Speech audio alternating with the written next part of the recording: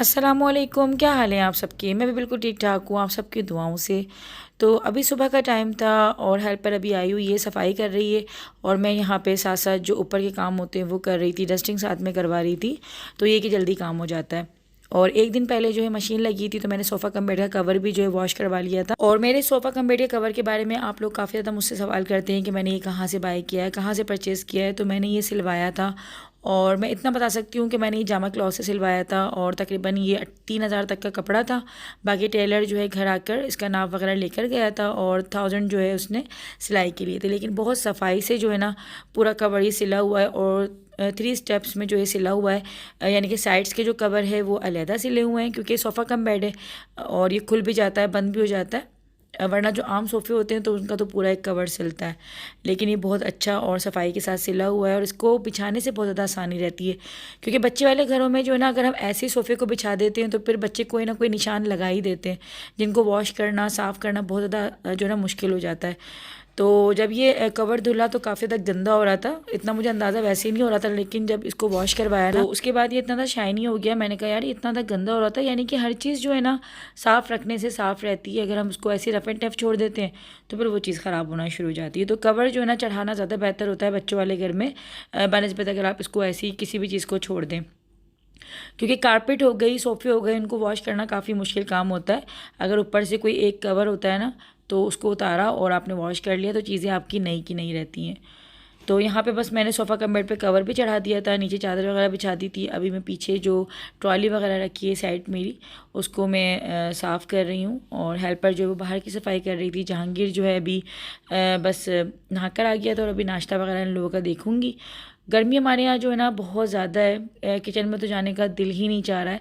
और अगर जा भी रहे ना तो इतनी कोई गर्मी हो जाती है कि बस बहुत ज़्यादा जो है ना हालत ख़राब हो जाती है। तो मुझे भी कमेंट सेक्शन में ज़रूर बताइएगा कि आपके वहाँ पे जो है कितनी गर्मी चल रही है, जहाँ जहाँ से मुझे देखा जा रहा है। क्योंकि हमारे हैदराबाद शहर में तो बहुत ज़्यादा गर्मी है। और हस्बैंड ने जो है ना आज बस नाश्ते में बोला कि मुझे सिर्फ़ और सिर्फ लस्सी बना के दे दो और खूब सारी उसमें बर्फ़ डाल देना। तो मैंने कहा चलिए मैं लस्सी दे देती हूँ। और बस फिर ये लस्सी पी के चले गए थे। इन्होंने बाकी कोई पराठा या कुछ भी नहीं खाया। तो ऐसा होता है कि जब गर्मी की शिद्दत ज़्यादा होती है ना तो कुछ खाने को भी दिल नहीं करता। और बस ये दिल करता है कि आप लिक्विड चीज़ों का जो ना इस्तेमाल ज़्यादा से ज़्यादा करें। तो ईद भी बस जो है भागती दौड़ती अब काफ़ी करीब आने लगी है और देखती देखती देखिएगा कि ईद का दिन भी आ जाएगा।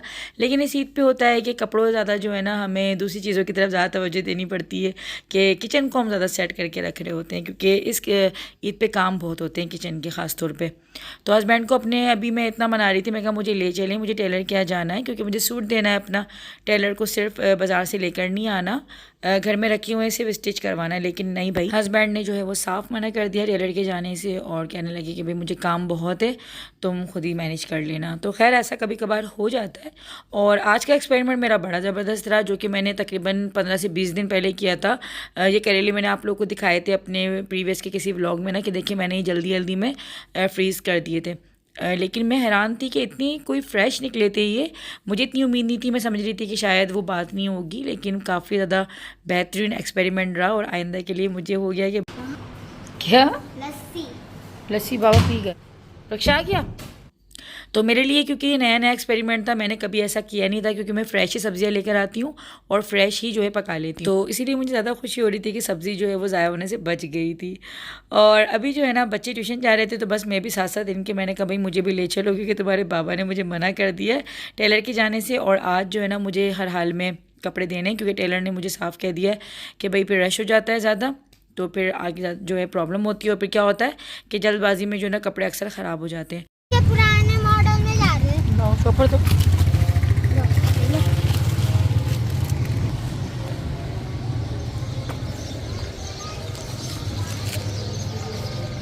तो इस ईद पे जो है ना काफ़ी सोच समझ के कपड़े सिलवाने होते हैं कि भाई बहुत ज़्यादा हैवी हम कपड़े ना सिलवा रहे हों, क्योंकि इस ईद पे जो है किचन का काम बहुत ज़्यादा होता है, गोश्त वगैरह का काम काफ़ी होता है।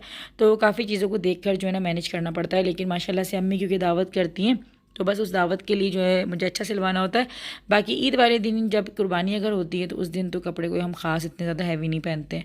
मुझे कमेंट सेक्शन में ज़रूर बताइएगा कि आप लोगों की जो ईद की तैयारी है वो कहाँ तक पहुँची है और कितनी आप लोगों ने तैयारी कर ली, और किन किन लोगों की जो है ईद की तैयारी डन हो चुकी है। क्योंकि मेरी तो आज समझ लें कि आज से मैंने स्टार्ट करी है, क्योंकि अभी कपड़े गए मेरे सिलने के लिए, उसके बाद फिर ज्वेलरी वगैरह होगी। ज्वेलरी में क्या होता है, सिर्फ मेरे बैंगल्स वगैरह ही होते हैं, क्योंकि एयरिंग्स वगैरह मैं नहीं पहन रही होती हूँ, सिर्फ स्कार्फ वगैरह हिजाब वगैरह होता है।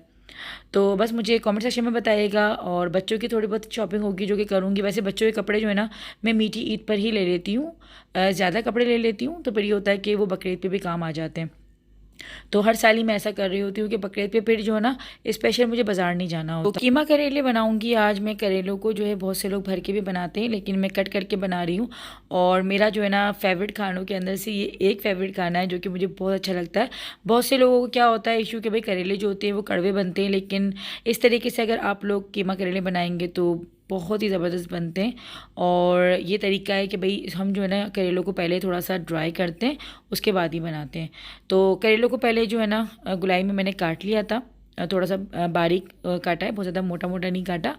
और नमक और नींबू जो लगाकर जो है ना धूप, क्योंकि बहुत ज़्यादा तेज़ है तो बस 1 घंटे के लिए मैं धूप में रख दूँगी। 1 घंटे के बाद जो है ना फिर मैं इसको पकाने के लिए किचन में ले जाऊँगी। तो अभी सिर्फ इसके अंदर मैंने नमक और एक नींबू था जिसका जूस जो है ना मैंने निकाल के इसको आराम से रख दिया है धूप में। धूप देखें बहुत तेज़ है, 1 घंटे में जो है ना ये आराम से ड्राई हो जाएंगे। तो आज जो है ना टाइम थोड़ा कम था, तो 1 घंटे के अंदर ये अच्छी तरीके से ड्राई तो नहीं हुए थे, लेकिन इनकी जो कड़वाहट थी वो निकल गई थी। वरना अक्सर क्या करती हूँ मैं कि एक दिन पहले जो है ना काट कर ऐसे ही रख देती हूँ, तो फिर वो दूसरे दिन तक जो है ना ड्राई हो जाते हैं। लेकिन खैर कोई ऐसा वो नहीं है, अगर 1 घंटे भी रखेंगे ना नींबू और नमक लगा के तो इनकी कड़वाहट जो है वो पूरी तरीके से निकल जाती है। और आप लोग इस बात का अंदाज़ा इस तरीके से लगा सकते हैं कि मेरे बच्चों को पता भी नहीं लगता कि ये कीमा जो बना है इसमें करेले भी शामिल हैं, क्योंकि वो इतना कोई आराम से खा लेते हैं और कड़वाहट बिल्कुल भी नहीं होती। तो यहाँ पे देखिए मैंने एक कढ़ाई के अंदर जो ऑयल ले लिया था, तकरीबन 1 प्याली भर कर लिया था, क्योंकि मुझे करेलों को जो है अच्छे तरीके से फ्राई करने। क्योंकि करेले जितनी अच्छी तरीके से फ्राई होते हैं ना वो मुंह में जब क्रिस्पी आते हैं ना तो बहुत ही ज़बरदस्त लगते हैं। मुझे इसके जो बीज होते हैं ना करेलों के वो क्रिस्पी काफ़ी ज़्यादा अच्छे लग रहे होते हैं खाने में, तो इसीलिए मैं ज़्यादा एक्स्ट्रा जो है ना उनको क्रिस्पी करती हूँ। तो करेलों को अच्छे तरीके से फ्राई कर लेना है और एक प्लेट के अंदर निकाल के जो है ना एक साइड कर देना है। उसके बाद जो है फिर कीमा बनाने की तैयारी करते हैं। और मेरे हाथ का जो कीमा करेले है ना वो मेरे घर में सब पसंद करते हैं। अगर अम्मी के भी जाती हूँ मैं तो अक्सर मैं अम्मी के वहाँ पे जाके भी बना लेती हूँ।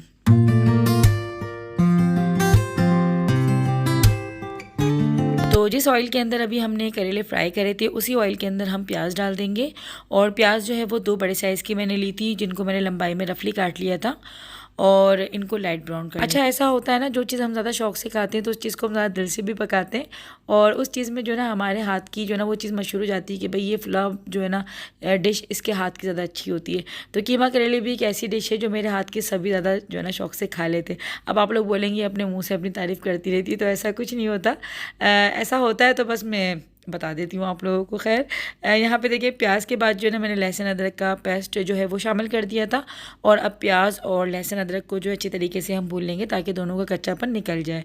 उसके बाद यहाँ पे 3 मीडियम साइज़ के टमाटर थे, इनको भी मैंने जो है रफली ऐसे काट लिया था और इस प्याज और अदरक लहसुन में मैंने शामिल कर दिया। अब बारी आ जाती है साबुत गरम मसाले की। खड़ा गरम मसाला जो है कीमे के अंदर मुझे शुरू से ही पसंद है, बहुत से लोग नहीं डालते हैं, बहुत से लोग पिसा हुआ यूज़ करते हैं, लेकिन खड़े गरम मसाले की बात ही अलग होती है। और कीमा करेले के लिए भी जो कीमा बनता है वो खड़े गरम मसालों का ही बनाती हूँ मैं। तो इस तरीके से जो है आपकी रेसिपी के अंदर 4 चांद लग जाते हैं। अच्छा जी, गरम मसालों के अंदर क्या चीज़ शामिल करनी है, दालचीनी के 2 टुकड़े ले लिए थे, 2 बड़ी इलायची ले ली थी, 2 से 3 जो है वो काली मिर्चें थी, और 2 से 3 जो है लौंगे थी। साथ में यहाँ पे कोरिएंडर पाउडर है यानी कि धनिया पाउडर, वो तकरीबन आपको 1 चम्मच डालना है। ज़ीरा पाउडर थोड़ा सा ले लीजिएगा। लाल मिर्च का पाउडर जो है वो हस्बे ज़रूरत हस्बे ज़ायका होगा, लेकिन मैंने यहाँ पे तकरीबन 1 चम्मच भर के डाला था। हल्दी पाउडर जो है वो भी तकरीबन हमें आधे चम्मच के करीब डालना है। और ये ज़ीरा पाउडर था जो मैंने पहले ही बता दिया था, थोड़ा सा आप ये भी डाल लें, इससे फ्लेवर जो ज़्यादा इन्हेंस हो जाता है। अच्छा जी, ये सारे मसाले जो ये दश्त वालों के इस्तेमाल कर रही हूँ, दश्त के मसाले अगर आप लोग भी बाय करना चाहते हैं डिस्क्रिप्शन में मैं लिंक दे दूँगी, वहाँ से आप इजीली इनको मंगवा सकते हैं। घर बैठे ऑनलाइन आपको इनकी तमाम चीज़ें मिल जाती हैं। इसके अलावा भी काफ़ी कुछ है जो कि आपको इनकी साइट से मिल जाती हैं।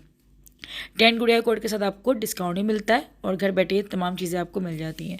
अच्छा जी, अब यहाँ पे मसाले को भूनने के बाद यानी कि हल्का सा भूनने के बाद डाल दिया था मैंने इसमें कीमा तकरीबन यहाँ पे मैंने 1 किलो के करीब लिया था। और अब मैं यहाँ पे डाल रही हूँ पिंक सॉल्ट। अगर आपके पास पिंक सॉल्ट नहीं है तो आप कोई भी जो आम नमक होता है वो डाल दें। लेकिन पिंक सॉल्ट की क्या खासियत होती है कि ये हाई ब्लड प्रेशर वालों के लिए और वैसे भी हमारी सेहत के लिए काफ़ी ज़्यादा फ़ायदेमंद होता है। इसके फ़ायदे जो ना फिर कभी किसी वीडियो में बताऊँगी, क्योंकि फ़ायदे इसके बहुत बहुत ज़्यादा हैं। समझ लें कि ये जो है ना हमारे लिए किसी नेमत से कम नहीं है। अब नमक डालने के बाद जो ना मैंने पानी इसके अंदर इतना शामिल कर दिया था कीमे में कि कीमा जो है हमारा अच्छे तरीके से गल जाए। और तकरीबन आधे घंटे के बाद जो है ना मैंने इसका लिड जो हटा के देखा था तो कीमा यहाँ पे तकरीबन गल गया था। अब इसकी भुनाई की बारी आएगी, लेकिन भुनाई के टाइम पे जो है मैं इसमें शामिल कर दूँगी हरी मिर्चें। हरी मिर्चें जो है ज़्यादा तेज़ नहीं थी, इसीलिए मैंने यहाँ पे 5 से 6 ली थी। अगर आपकी हरी मिर्चें तेज़ हैं तो फिर आप कम ज़्यादा है जो वो कर सकते हैं। अब यहीं पर जो है मैं शामिल कर दूंगी मैं इसमें ये फ्राई करेले जो कि मैंने एक साइड करके रखे हुए थे। अच्छा, नमक जो है ना थोड़ा सा कम ही डालना है, क्योंकि नमक हमने करेलों में भी शामिल किया था। वैसे हमने करेलों को धो लिया है, लेकिन फिर भी जो उसकी कुछ नमकियात होती है ना वो आ जाती है। तो इसीलिए नमक पे जो है ना थोड़ा सा हाथ अपना हल्का रखिएगा। पिंक सॉल्ट था तो पिंक सॉल्ट जो है थोड़ा सा कम होता है, इसीलिए मैंने यहाँ पर ज़्यादा डाला है। आम नमक से थोड़ा सा कम होता है ये। अच्छा, यहाँ पे शामिल कर दिया है मैंने हरा धनिया बिल्कुल आखिर में। अब इसकी भुनाई करनी, भुनाई जितनी अच्छी होती है सालन की, चाहे कोई सा भी सालन हो, सालन हमारा उतना ही यमी, इतना ही टेस्टी बनता है और देखने में भी जो है ना रौनक आ जाती है सालन के अंदर। तो अभी कीमा करेले जो है तकरीबन रेडी हो चुका है और सबसे आखिर में इसमें शामिल कर देना है लेमन जूस। तो 1 लेमन जो है काफ़ी था, तो बस मैंने 1 लेमन को जो है अच्छी तरीके से स्क्वीज़ कर दिया था, क्योंकि काफ़ी अच्छे लेमन आए हुए हैं। काफ़ी ज़्यादा जो है ना जूस निकलता है, 1 लेमन में भी काफ़ी इनफ होता है। तो बस यहाँ पे पक के रेडी हो चुका है कीमा करेले। लेकिन अभी तकरीबन जो है ना 2 से 3 मिनट में और पकाऊंगी, ताकि हरा धनिया, हरी मिर्ची और जो लेमन जूस है उसका फ्लेवर अच्छे तरीके से कीमे में आ जाए।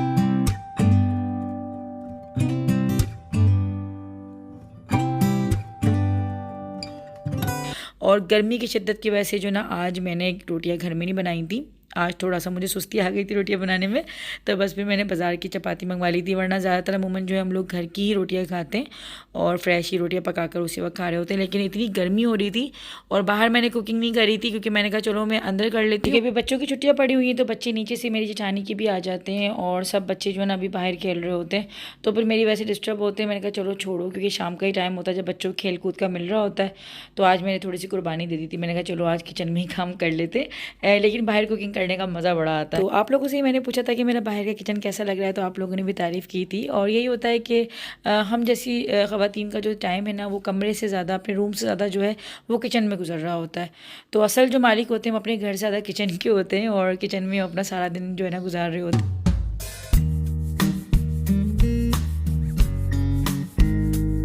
तो आप लोग अगर मेरी कोई भी रेसिपी ट्राई करते हैं तो उसकी पिक्चर्स जो होती हैं वो इंस्टा पर मुझे मेंशन कर दिया करें, ताकि मैं अपनी स्टोरी पर जो है इसको लगा दूँ। तो बहुत से लोग हैं जो मुझे मेंशन करते हैं, तो फिर मैं इंस्टा पे अपनी जो है अपलोड कर देती हूँ। तो यहाँ पर अभी हम लोग अपना कीमा करेला एंजॉय कर रहे हैं। उम्मीद है कि आप लोगों को आज की रेसिपी, आज का व्लॉग अच्छा लगा होगा। मिलती हूँ आप लोगों से बहुत ही जल्द एक नए से प्यारे से व्लॉग के साथ। अल्लाह हाफ़िज़।